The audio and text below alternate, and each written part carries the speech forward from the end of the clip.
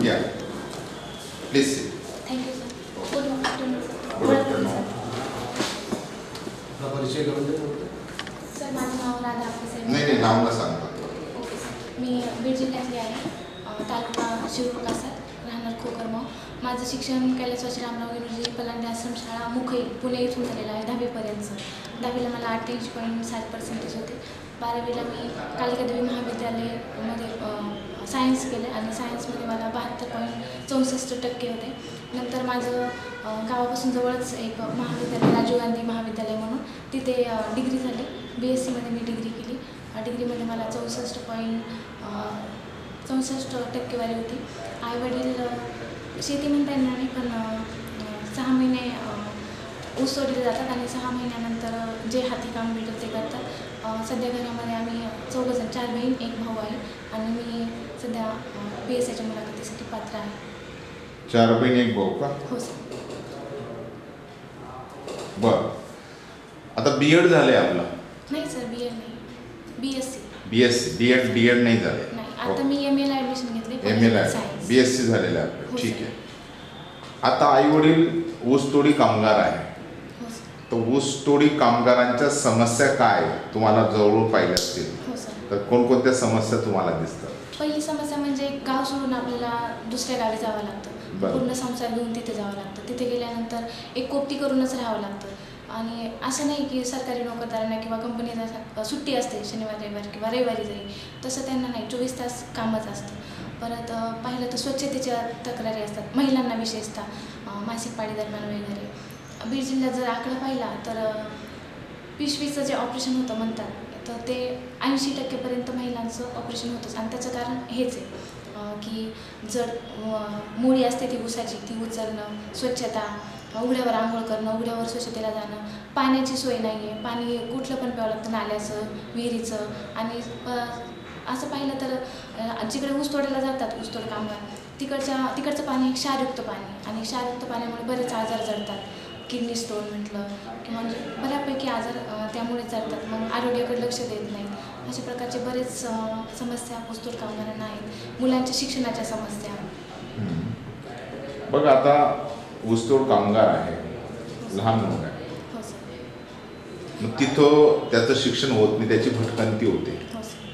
या शेतातून त्या शेताकडं किंवा ह्या साखर कारखान्याकडून त्या साखर कारखान्याकडे. मग त्या मुलाला काय असतं की त्याला शिक्षण मिळावं याच्यासाठी सरकारची काही योजना आहे त्या काय आहेत असं माहिती आहे तुम्हाला? काही मुंडे साहेबांनी त्यासाठी बरेच आंदोलन वगैरे करून योजना केलेल्या आहेत. आणि आताच्या पण अर्थसंकल्पामध्ये त्यांच्यासाठी म्हणजे जेव्हा तो काळ येतो, एक 6 महिन्याचा पिरियड असतो, तर त्या 6 महिन्याच्या काळासाठी तिथल्या जिथे ते ऊसतोड कामगार त्यांच्या विद्यार्थ्यांना त्यांच्या पाल्यांना घेऊन जातात, तर तिथल्या शाळेमध्ये त्यांना ॲडमिशन दिलं जातं. अशा काही योजना आहेत. किंवा मग साखर शाळा काय, मी मध्येच थांबवतो तुम्हाला, साखर शाळा काय कन्सेप्ट आहे ते सांगा. साखर शाळाची मला काही अशी कल्पना नाही आहे, परंतु जेव्हा आईवडील ऊस तोडायला जातात आणि पाल्य इथे राहतात गावाकडे, तेव्हा गावाच्या ठिकाणी पण ZP शाळेमध्ये विद्यार्थ्यांना जेवणाची सोय केली जाते. सकाळी नाश्ता, दुपारी जेवण, संध्याकाळी जेवण, त्यांच्या बाकी काही साबण, तेल अशा काही सुविधा त्यांना पुरवल्या जातात. बरं. आता मोस्टली तुम्ही शेड्यूल कास्ट कम्युनिटीतून आहात. Okay sir. आणि तिथं जास्त करून जे ऊसतोड कामगार आहेत ते बंजारा समाजाचे आहेत. हो सर. आणि शेड्यूल कास्ट समाजाचे तेवढेच आहेत का बंजारा समाजाचे जास्त आहेत? असं वर्गवारी करून म्हणजे करता येणार नाही, कारण दोन्ही समाजाचे तेवढाच वाटा आहे ऊसतोड कामगारांमध्ये. बरं, ठीक आहे. आता ऊसतोड कामगारांच्या समस्या थांबवण्यासाठी आपण पोलीस अधिकारी झाला तर कशा समस्या त्यांच्या थांबवा, कशा पद्धतीने तुम्ही त्यांना मदत करा ते सांगा. ऊसतोड कामगारांच्या समस्यामध्ये जर शिक्षणाची, मुलांच्या शिक्षणाची जी समस्या आहे, त्यांना आईवडील पाठवत नाही. पहिली मेन गोष्ट, पाठवत का नाही तर त्याची देखभाल कोण करणार, त्याला शाळेत घेऊन कोण जाणार, किंवा त्या विद्यार्थ्याला शाळेतून आणणार कोण, आल्यानंतर घरी ते नसतात, 24 तास बिनबसचं म्हटलं की ते कामावरच असतात, मग घरी कोण ठेवणार. तर त्यासाठी काही उपाययोजना करता येतील वरिष्ठांच्या आदेशाने. ठीक, याच्यावर विचार करून सांगितलं. ज्या मागासवर्गीय महिला आहेत त्यांच्यामध्ये साक्षरतेचं प्रमाण आजवरही दिसत नाही. हो सर. ते वाढवण्यासाठी शासनाने काय उपाययोजना कराव्या असं तुम्हाला वाटतं? तो घटकात त्या समाजाचे तुम्ही घटक असल्यामुळे हा प्रश्न तुम्हाला विचारतो. हो सर. या समाजासाठी बऱ्याच उपाययोजना आहेत, पण त्या उपाययोजना त्या समाजापर्यंत पोहोचत नाहीत. तर यासाठी काही मला सर शब्द आठवत नाही, पण समजा बचत गट आहे, त्यामध्ये जाऊन जागरण त्यांचं करणं, त्यांना सांगणं की आपल्या समाजासाठी या योजना आहेत, त्या योजनांचा तुम्ही लाभ घ्या, अशा प्रकारे काही योजना करता येते. बरं.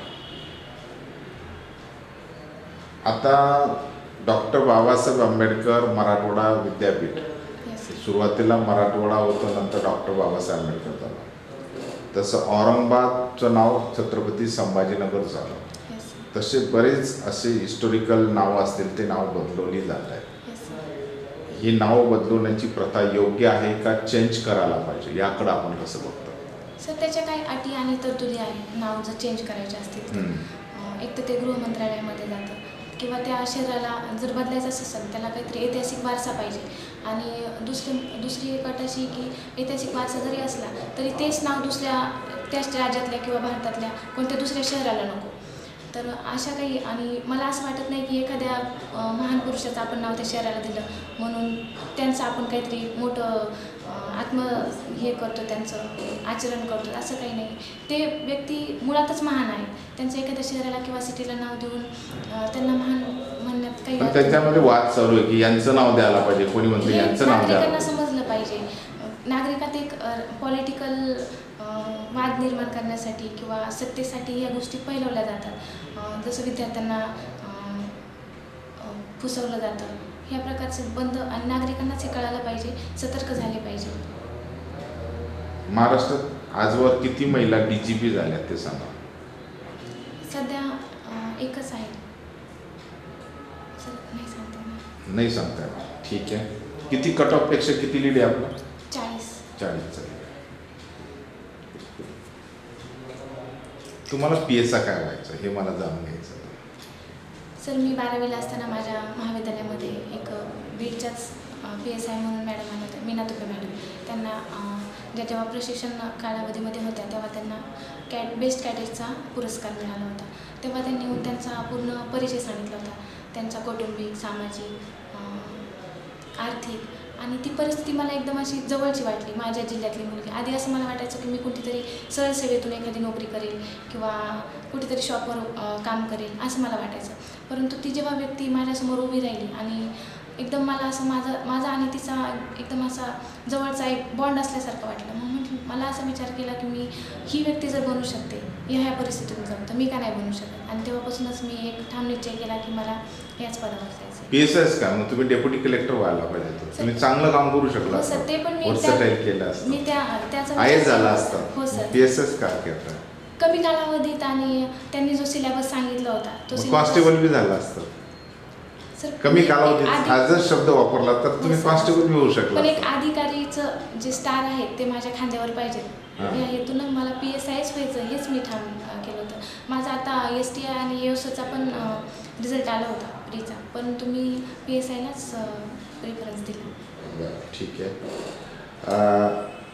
सध्या पोलीस खात्यात महिलांना फारशा सुविधा मिळत नाही. हो सर. एवढं असतानाही तुम्हाला पोलीस खात्याचं क्रेज आहे, याबद्दल खरं तुमचं स्वागत करायला पाहिजे. असं वाटत नाही तुम्हाला? असं वाटतंय, परंतु मला वाटतं की पोलीस खात्यात महिलांनी जास्तीत जास्त यायला पाहिजे. आता आपण NCRBचा आकडा बघितला तर दर एका तासाला 53 महिलेवर अत्याचार होतो, आणि हे फक्त नमूद केलेल्या केसेस आहेत. अशा कितीतरी आपण पाहतो समाजामध्ये की महिला इज्जतीपोटी किंवा घरच्यांच्या पोटी सांगत नाहीत किंवा तक्रारी करत नाही. त्या आकड्यातून पाहिलं तर मग असं वाटतं की महिला काय तक्रारी करत नाही. तर मग यासाठी महिलांनी अगदी बरोबर. पण सुप्रीम कोर्टने एक न्यायनिवाडीतांना सांगितले 498 IPC माहिती आहे का तुम्हाला? हो सर. काय? कौटुंबिक हिंसाचार. कौटुंबिक हिंसाचारामध्ये सर्वात जास्त खोट्या केसेस दाखल होतात असं सर्वोच्च न्यायालयाचं म्हणणं आहे, माझं नाही. मग याकडे कसं बघतात? तुम्ही म्हणतात की महिला जात नाही, केस दाखल करत नाही, पण सर्वोच्च न्यायालयाला म्हणावं लागलं की तुम्ही पहिले त्याचा जबाब घ्या, शहानिशा करा, नंतरच तक्रार दाखल करा, असं 498च्या बाबतीत म्हटलेलं आहे. सर एखाद्या महिलेला वाटतंय माझ्यावर अत्याचार होतोय, अन्याय होतोय, तर तिनं केस करणं हे साहजिक आहे आणि तो तिचा हक्क आहे. एक सिच्युएशन देतो, शेवटचा प्रश्न. ठीक आहे सर. एक महिला आहे की तिने कौटुंबिक हिंसाचाराची केस दाखल करायला पोलीस स्टेशनला आली. ठीक आहे सर. त्यांनी सांगितले की माझी सासू मला त्रास देते, माझा नवरा, माझे सासरे आणि तिच्या ज्या 2 नणद होत्या त्या होत्या USA. त्यांच्या विरुद्ध तिने फिर्याद दिली. आता त्या ज्या डेस्क ऑफिसर असेल किंवा जे अधिकारी असतील त्यांनी विचारलं की बाबा त्या नाही म्हणे मला फोनवरून ते मला हे करतात, टॉर्चर करतात, मग त्यांच्या विरुद्ध केस लिहिणं हे योग्य आहे का? हो सर योग्य आहे, कारण कौटुंबिक हिंसाचारामध्ये मानसिक त्रास याची पण दखल घेतली जाते आणि तिला जर ते फोन करून जर टॉर्चर करत असतील त्याची शहानिशा तर पहिली झाली पाहिजे आणि जर होतच असेल तर त्यांच्यावर पण कारवाई झालीच पाहिजे. आणि मग त्यांना अटक करण्यासाठी आपण काय उपाययोजना कराल? ते आता नागरिक USAचे आहेत.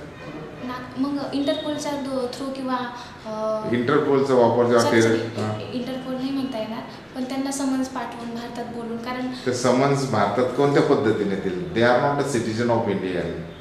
इंडियाचं सिटिझन नाही, त्यांचं सिटिझनशिप नाही त्यांच्याकडं. सर यावर कारण भारतातलेच कायदे. ठीक आहे, काही हरकत नाही. चला बघूया. Best. Thank you sir. Thank you sir.